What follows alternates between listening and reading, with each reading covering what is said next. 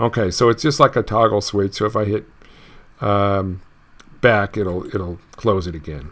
Okay, so continuing on. So we've got our additional amenities. Now here, these buttons here are very important. Online booking in Aaxsys, online booking yes, would mean that people could go to your website, put in a reservation, and it would put the guest in your unit, send you a message, and take their money. Most corporate housing companies don't work like that, so most of the time this is going to be, or almost all the time, this is going to be no, unless you have a situation where you do want to engage the online booking engine in Aaxsys. Online pricing, this is a business decision whether you want to display your prices on websites or not. I would say most people do, but you might not want to. That's up to you. These three fields, market online, include in feeds, and reservable, these are almost always checked yes. So generally these three are checked yes. This one could be yes or no, and this one is almost always no. Okay, moving down, you have per day or per night. If you have per day checked, that means that Aaxsys will charge for the last days. It's actually, the checkout day is going to be charged to the guest. I would say most corporate housing companies will do it per night, like a hotel. So they don't get charged for their last day, but again, that's a business decision, and Aaxsys is very flexible, and you can choose whether you want that or not. The next thing we want to do is we want to attach this unit to a complex. So I always tell my new Aaxsys customers, set up your buildings first, or your complexes first. Then when you create your apartments, you can attach them to a complex. So I'm going to put this back, but this is very, very simple to do. Regions, groups, categories, these are things that will be on separate trainings. Most people don't have these filled out. I think it's good to do the regions. In this case, these are parts of town. But again, this is kind of a business decision. Okay, now we'll come up here to rates. Now the rates in Aaxsys are the amount of money that you want to charge your guests.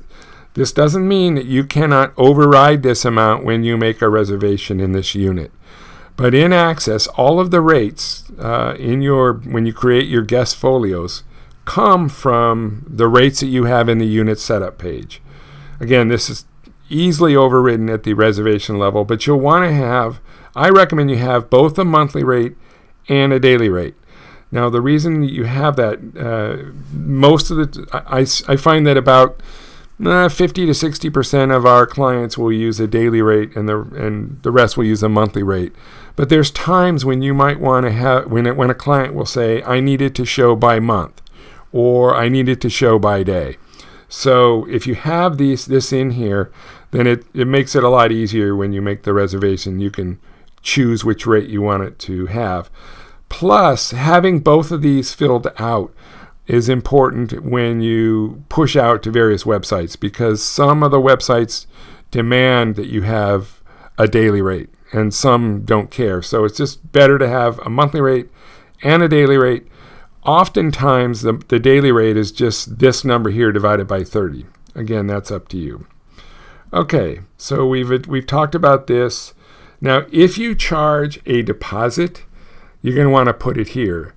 Again, you can override that when you make a reservation. If you don't want to charge a deposit, that's fine. But if you generally charge a deposit, go ahead and put that right here. Now, this field here is not mandatory, but generally we have you put your cleaning fees here, or in this case, we call it departure services, which would include a cleaning fee and maybe an insurance product or something like that. So you don't have to put something here. This could be blank and this could be blank. But if you do charge a cleaning fee or something of that nature, it's nice to have it right here because it will come in automatically to Aaxsys when you're ready to do your invoicing. Okay, the rental tax. I generally do not recommend that you put a rental tax here. If you have a simple rental tax, i.e. one tax, and it's always for just under 30 days, you could put it here. So if you had a flat 8, 9, or 10%, and it's only one tax, and it's always for less than 30 days, it's okay to put it here. Any other scenario, there's a different place that you would want to put your taxes, and that will be on a different lesson. Okay, moving on down. Online remark. This is really kind of important. This is something special about your unit, and I would recommend that you have an online remark for every one of your units, even if you have multiple units in the same complex that are very similarly furnished. It still puts something about it. So in this case, beautifully furnished, large 2-bedroom with amazing pool view, centrally located.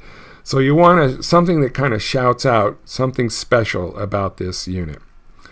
Okay, for now, booking terms, we're going to leave that alone.